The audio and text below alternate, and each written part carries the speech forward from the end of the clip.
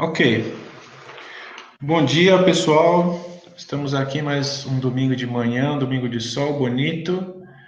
Embora muita gente esteja sofrendo agora com essa doença que se espalhou pelo nosso país e pelo mundo, nós continuamos confiando em Deus, pregando a boa palavra que Jesus nos trouxe. Nós estamos fazendo um pequeno estudo no Evangelho de João. Semana passada nós vimos os 7 sinais que Jesus executou lá no Evangelho de João. E hoje a gente vai dar uma olhadinha em cada um desses sinais, né? Cada um dos sinais, eles são exclusivos, eles identificam Jesus como sendo o Filho de Deus. São os sinais que João anotou.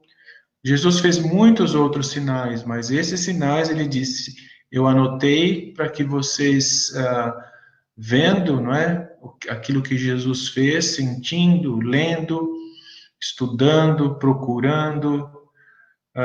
Nos dias de João, deveria talvez ter pessoas vivas que viram Jesus realizar aqueles sinais, então as pessoas poderiam investigar, mas para nós ficou anotado. Nós precisamos ler, comparar com os outros evangelhos, refletir e chegar à conclusão de que Jesus é o Filho de Deus. E que acreditando nisso, chegando a essa conclusão, nós vamos ter vida, a vida eterna que Jesus prometeu. Então, o João tem um propósito bem específico nesses sinais que ele anotou, até podemos pensar no 8º sinal, que é a própria ressurreição de Jesus, e talvez aquele Jesus andando sobre o mar. Talvez alguém pense, mas isso não é um sinal porque não se tratavam de pessoas ali, né? Se tratava de um andar sobre o mar. Alguém já notou isso?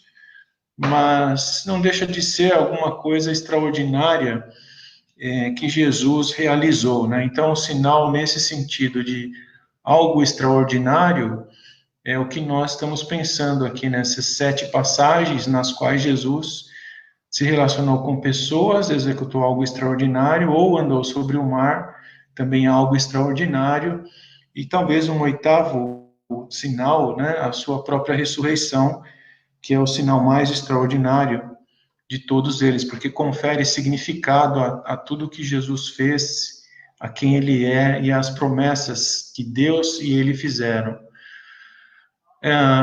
Só para a gente lembrar, nós vamos olhar na ordem. Jesus transformou água em vinho, curou o filho de um funcionário do rei, aqui está escrito filha, mas é um filho. Houve a cura de um paralítico, depois Jesus anda sobre o mar, multiplicou os pães e peixes, um milagre muito famoso, ele se repete nos 4 evangelhos. Cura de um cego de nascença, uma narrativa na qual João dedica um capítulo inteiro para esse cego que é curado, conversa com Jesus, e Jesus ainda se revela explicitamente para ele, dizendo que ele é o enviado de Deus, o Messias. A ressurreição de Lázaro, que é um milagre talvez o mais extraordinário que você vai encontrar em todos os evangelhos. Lázaro, amigo de Jesus, já morto há 4 dias, e Jesus traz Lázaro à vida, num capítulo também bastante longo, lá no Evangelho de João, onde João conta muitos detalhes sobre o amigo de Jesus, que Jesus vem para ressuscitá-lo. Esses sinais, eu vou pegar algumas passagens lá no Velho Testamento para ilustrar, né? Porque a base daquilo que Jesus faz, quem Jesus está sempre calcada nas Escrituras, né? Naquilo que nós chamamos de Velho Testamento, que era as Escrituras que os judeus tinham nos dias de Jesus. É óbvio que nos dias de Jesus ainda não havia sido completado, né? Com os próprios evangelhos e com as cartas. Primeiro sinal que Jesus faz, algo incomum, não é? Transformar água em vinho. Jesus num casamento, o casamento ia ser um fracasso, né? Porque no meio da festa acabou o vinho, a bebida que traz alegria, a bebida que muitos esperavam compartilhar naquela festa.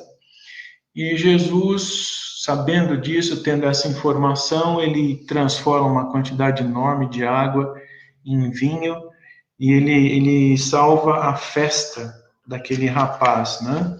Trazendo alegria para todo mundo, não só por causa do vinho, mas por causa da sua presença. E João diz que aquele foi o primeiro sinal que Jesus fez. Então, a partir desse ponto que João fez questão de anotar, primeiro sinal que Jesus fez, dali em diante ele começa a sua carreira de grandes sinais que ele vai executar diante do povo, diante dos seus discípulos, né? Uma passagem que vem à mente lá no Salmo 80, versículo 8, diz que Deus trouxe Israel como se fosse uma videira lá do Egito e plantou na terra de Canaã. Aquela videira era uma videira murcha lá no Egito, né? Uma videira sem vida, galhos secos, eram escravos, praticamente não tinham vontade própria, a não ser servir ao faraó e aos egípcios. Então, aquela videira seca, ela sai da terra do Egito, vai em direção à terra de Canaã, e lá ela é plantada, ela é regada, ela é cuidada por Deus para dar muito fruto. Então, é uma mudança muito grande que ocorre na nação de Israel nos dias de Moisés, e agora Jesus vem a água para o vinho. Essa mudança grande que Jesus vem trazer na história de Israel e na história do mundo, até o provérbio, até os dias de hoje, né, quando alguém muda a sua vida radicalmente, as pessoas costumam dizer, olha, ele mudou da água para o vinho. E essas palavras, esse provérbio vem disso que Jesus fez. E eu acredito que ele estava ali salvando aquele casamento, como Jesus salvou muitas situações de muitas pessoas, geralmente curando pessoas, né? Mas nesse caso ele começou num casamento, salvou um casamento. E esse casamento também, você pode pensar essa mudança radical que Jesus trouxe na história de Israel, trouxe na história do mundo e pode trazer na vida de qualquer pessoa que entra em contato com ele e observando esses sinais, como João diz, acreditando, vão ter vida no seu próprio nome e vai ser uma mudança radical que se opera na vida dessas pessoas. Havia um oficial do rei, ele tinha um filho, o filho estava muito adoentado, ele vai até Jesus e pede para que Jesus vá até a casa dele curar. Jesus simplesmente diz para ele, não, você pode ir para casa, que o teu filho já está curado. Aquele homem, uma pessoa humilde, embora fosse um representante daqueles que eram inimigos de Jesus, né? Um funcionário do rei, por que Jesus faria um favor para um funcionário do rei, um funcionário de Herodes, que alguém, em outras passagens, querem até prendê-lo, ou às vezes até matá-lo. Mas ele não leva isso em consideração, ele efetua uma cura à distância. Ele nem precisa estar presente, mas ele consegue curar o rapaz. Isso lembra a passagem quando Eliseu, o profeta, vem até ele, um oficial de um rei também, inimigo de Israel, né? O rei da Síria, ele envia o seu general chamado Naamã. Naamã era leproso, e ele vai até a terra de Israel para ser curado pelo profeta. E o profeta diz para ele, olha, você vai aí no Rio Jordão, se banha 7 vezes e você vai ficar curado da sua lepra. Era inimigo de Israel, mas uma pessoa de fé, e o profeta não recusou ele veio de longe e recebeu a cura.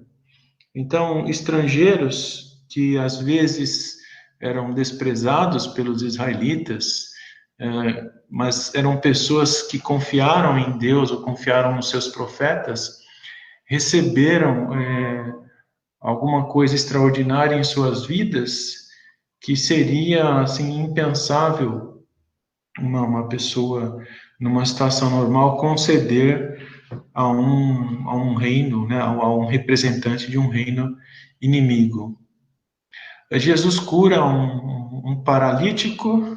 Um paralítico é uma pessoa que não tem vida, não é?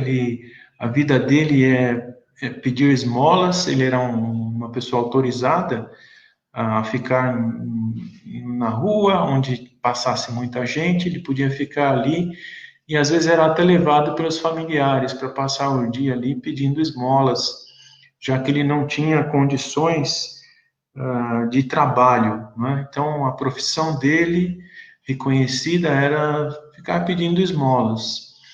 E aí, Jesus vem, cura o paralítico, e agora ele vai ser uma pessoa normal, vai ter que se sustentar sua família.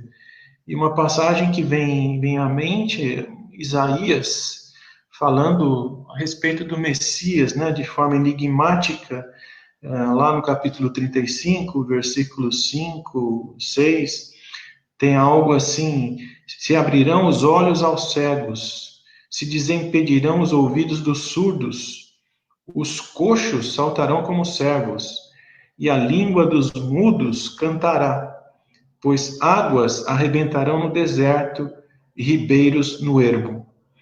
O profeta sempre falando daquela forma enigmática, né? De maneira que as pessoas ficavam pensando, não, mas quando isso vai acontecer? Quando é que vai ter água no deserto, né? Porque o deserto é o lugar de secura. E o profeta diz que ele faz uma parábola, aqui um enigma, que cegos verão, surdos ouvirão, coxos saltarão como servo e mudos falarão. Quer dizer, algo tão extraordinário, é como se, ele compara aqui, como se houvesse água arrebentando, né? Ribeiros jorrando no deserto.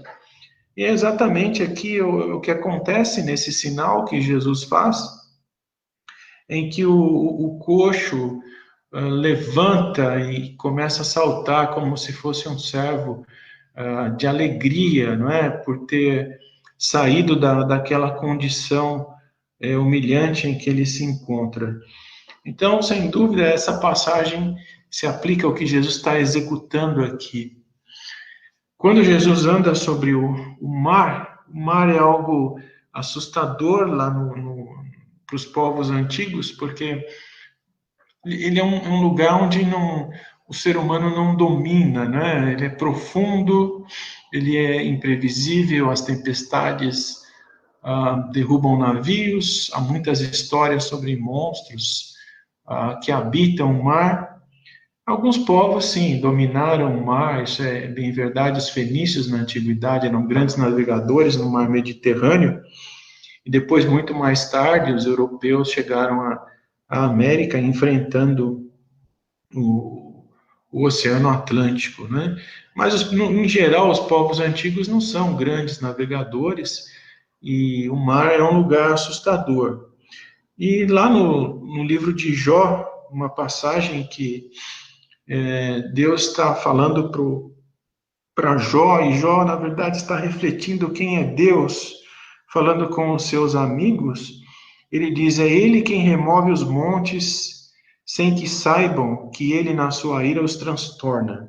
Quem move a terra para fora do seu lugar, cujas colunas estremecem. Quem fala ao sol, e este não sai, e sela as estrelas. Quem sozinho estende os céus e anda sobre os altos do mar. Quem fez a Ursa, o Órion, o sete estrelo e as recâmeras do sul. Quem faz grandes coisas que não se podem esquadrinhar e maravilhas tais que não se podem contar. Já fala de elementos da natureza que somente Deus aqui é capaz de controlar, não é? O sol, a lua, as estrelas. Ele fala aqui da constelação do Órion. e ele diz que ele anda sobre os altos do mar. E aí, de repente, Jesus anda sobre o mar. Não somente anda, mas como acalma o mar, numa situação em que havia ali uma tempestade de ventos e que seus discípulos podiam afundar. E Jesus é essa mesma pessoa aqui, a qual Jó está comentando, tem um poder sobre a criação, sobre a natureza, que a sua palavra é capaz de controlar os elementos mais furiosos e mais grandiosos da natureza. O milagre dos pães e dos peixes, muita gente atrás de Jesus, pessoas famintas de ouvir a palavra de Jesus, porque estavam reconhecendo que a palavra dele continha dentro dela mesmo, naquilo que ele falava, no jeito dele falar, no conteúdo. As pessoas percebiam que estava além da capacidade, muito além da capacidade dos mestres que eles conheciam. Então, muita gente tinha uma fome de ouvir, de ficar próximo a Jesus. Deveria ser uma pessoa muito querida. Nós vemos que ele nunca deixou de atender alguém, e ele explicitamente falou, não é, que todos podem se chegar até ele, porque aquele que vai até ele nunca será rejeitado. Uma multidão vai atrás de Jesus, ouve o seu ensino, passa um dia, uma tarde com Jesus, e aí no final da tarde está todo mundo faminto, as pessoas não tinham levado o seu lanche, né? Pouca gente tinha comida, e aí aquela situação em que os discípulos dizem, olha, vamos despedir a multidão, porque nem que a gente tivesse um dinheirão aqui para comprar pães, a gente não ia conseguir nem carregar os pães, nem alimentar tanta gente. E aí Jesus, com alguns pães e alguns peixes, ele faz a famosa multiplicação, um milagre que está nos 4 evangelhos. Pelo menos 2 vezes Jesus fez isso. Essa é uma vez em que está registrado nos 4 evangelhos. E as pessoas se fartam de comer os pães e os peixes.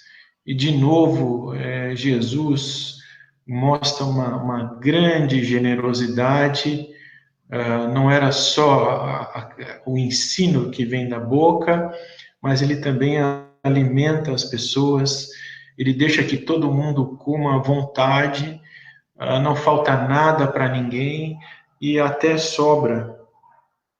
E essa passagem traz à mente, pelo menos um texto lá de Deuteronômio, quando Deus, conduzindo o povo pelo deserto, sustentou o povo com o maná, não era uma espécie de pão que vinha dos céus e o povo se alimentava com ele. E lá em Deuteronômio, capítulo 8, versículo 3, diz assim: Deus te humilhou, te deixou ter fome, te sustentou com maná, que tu não conhecias, nem teus pais o conheciam, para te dar a entender que não só de pão viverá o homem, mas de tudo que procede da boca do Senhor viverá o homem. Então, Jesus alimenta as pessoas com o seu ensino, mas da sua boca também sai a oração que vai multiplicar os pães e os peixes e vai alimentar todo mundo. De maneira que a abundância, estando com Jesus, é completa. Não falta o direcionamento da vida, não é? Que é o ensino que ele traz, e não falta também o alimento para que as pessoas se fartem. No capítulo 9 de João, tem a história de um cego de nascença, com quase 40 anos, ele já estava. Também a profissão dele era mendigo, não tinha sustento, a não ser ficar mendigando.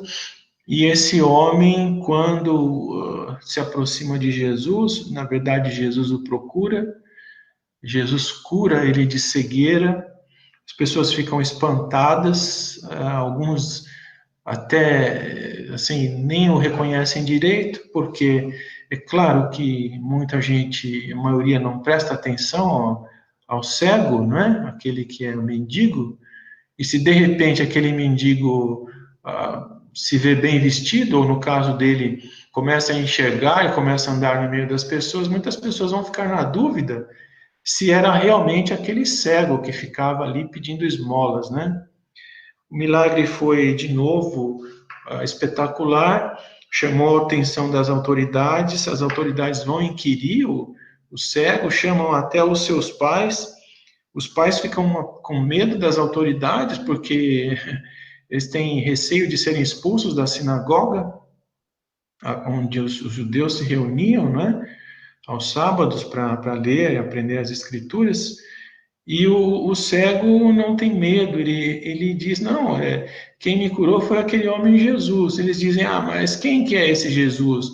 E ele diz, olha, vocês é que deviam saber, né? Porque alguém realizando milagres extraordinários assim em Israel, vocês são os mestres, os conhecedores das escrituras. E aquele cego nunca tinha podido ler nenhum trecho das escrituras, obviamente, o que ele tinha era de ouvido, nunca tinha lido nada, não tinha essa cultura, até por ser cego, obviamente. E aqueles que enxergavam, então, que podiam ler, estudar, quem eram os mestres na sinagoga, não podiam ver. Então, uma inversão, uma ironia aí, não é? O cego enxerga e aqueles que enxergam se tornam cegos, né? E vem à mente aqui a mesma passagem já citada lá de Isaías, onde eu falei do paralítico, que os olhos dos cegos se abrirão. E aqui um cego de nascença, João faz questão de colocar esse detalhe, não é um cego por acidente, e ele dizendo é um cego de nascença, ele quer dizer, esse homem nasceu com um defeito visual, não foi um acidente, ele nunca enxergou, e Jesus, passando por ele, teve compaixão, fez com que aquele homem enxergasse, e se declarou explicitamente para ele, eu sou o Messias, eu sou aquele que os profetas prometeram, né? Eu sou o enviado da parte de Deus. E o último sinal, o sétimo sinal aqui, Lázaro, amigo de Jesus, suas irmãs Marta, Maria, amigas de Jesus, cidade de Betânia, não muito distante de Jerusalém. Parece que por várias vezes Jesus passava por aquela cidade, quando por lá passava, ficava na casa dos seus amigos. Deveria ser uma pessoa rica, recebeu Jesus com os discípulos, né? Devia ter uma casa grande e fez uma amizade muito boa com Jesus. Devia ser um prazer enorme abrigar Jesus para uma conversa, para uma refeição, Jesus dentro daquela casa com aquelas pessoas, né? É o que muita gente hoje desejaria, né? Se eu tivesse Jesus aqui na minha casa, o que eu faria por ele, não é? Como é que seria? Você ia querer fazer tudo de bom para ele, né? Queria servir ele com o melhor que você tem, com melhor comida, o maior conforto. E devia ser assim, lá com Lázaro, suas irmãs, boas conversas, não é? E um desenvolvimento de amizade, não era aquela amizade mercenária, né, por algum tipo de interesse, mas uma amizade jesuína, uma amizade genuína, isso que emerge das páginas onde a gente lê Jesus com Lázaro e suas irmãs, não é? É notável que o texto lá, João diz assim, não é? Lázaro era amado por Jesus, né? Jesus amava Lázaro. E não tem isso sobre outras pessoas, né? Então, Jesus amava Lázaro, e ele fica sabendo que Lázaro estava doente, as irmãs mandaram avisar Jesus, ele estava distante de Betânia, ele esperou que Lázaro falecesse, ele percebeu que ali ele iria realizar um milagre extraordinário, emulando a sua própria ressurreição, não é? Então ele vai até Betânia, quando ele chega lá, está todo mundo de luto, as pessoas muito tristes, ele fica de longe, ele vai até o túmulo com as irmãs de Lázaro, as irmãs de Lázaro estão chorando, o texto mostra lá, Jesus chorou, duas palavrinhas bastante curtas, né? O nome Jesus chorou. Ele se comoveu profundamente e ele diz: olha, pode mover a pedra do sepulcro. Aí uma das irmãs diz: mas já está cheirando mal, porque são 4 dias. Mas Jesus não se intimida com a realidade humana. Ele vê uma realidade, ele tem um poder que vai além do que a mente humana consegue imaginar e realizar, não é? Eles movem a pedra e aí então Jesus dá um grito, né? Chama alto, Lázaro, vem para fora. E eu acho que a multidão ali ficou perplexa, né? Para dizer pouco, quando viu Lázaro caminhando para fora do túmulo, sendo que todo mundo ali era testemunha de que ele estava morto há já alguns dias, não é? Jesus, nesse texto, ele se declara, né? Eu sou a ressurreição e a vida.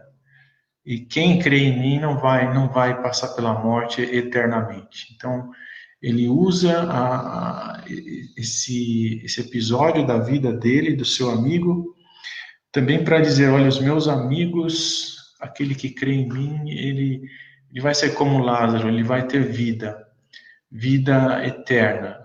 Lázaro voltou a falecer, mas a promessa de Jesus permanece, ele é a ressurreição, e os cristãos, ao longo da história, desde que Jesus ressuscitou, estão avisando todas as pessoas que Jesus ressuscitou, que ele é o Senhor do universo, ele é o Criador, é aquele que está junto ao Pai, é aquele que se assenta no trono do Pai junto com o Pai.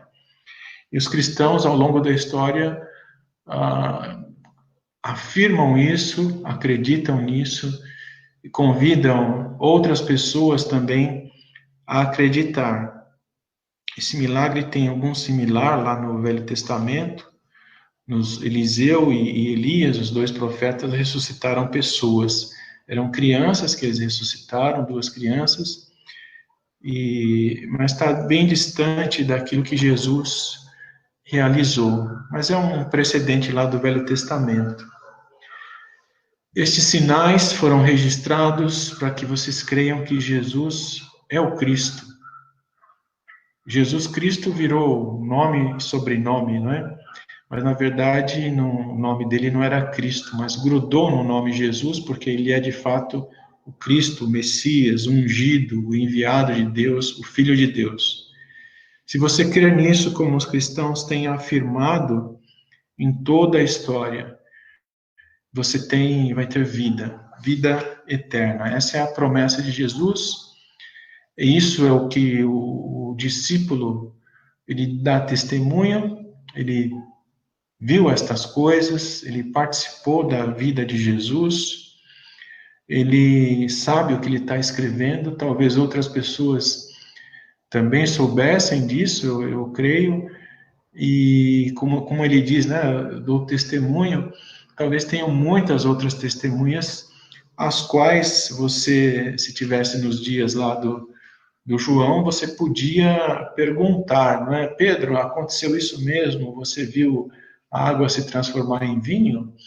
É verdade, Tiago, que Jesus andou sobre o mar? E diversas testemunhas, né? As irmãs de Lázaro, talvez você pudesse, mas Jesus veio aqui em Betânia mesmo e trouxe o seu irmão de volta à vida. Então, havia o testemunho do João, que anotou, participou da vida de Jesus, e havia testemunho de outras pessoas, né? Testemunhos oculares daquilo que Jesus realizou, e ficou tudo bem anotado aí para nós estudarmos, lermos, refletirmos e chegarmos à mesma conclusão que João chegou, né? Jesus é o Filho de Deus. Nós o aguardamos para a ressurreição e todos os cristãos convidam a todos que ainda não acreditam nesses sinais que venham a acreditar para ganhar também da parte de Deus e de Jesus a ressurreição para uma vida eterna num novo lugar onde Deus está preparando. Obrigado por sua atenção. Nós terminamos por aqui.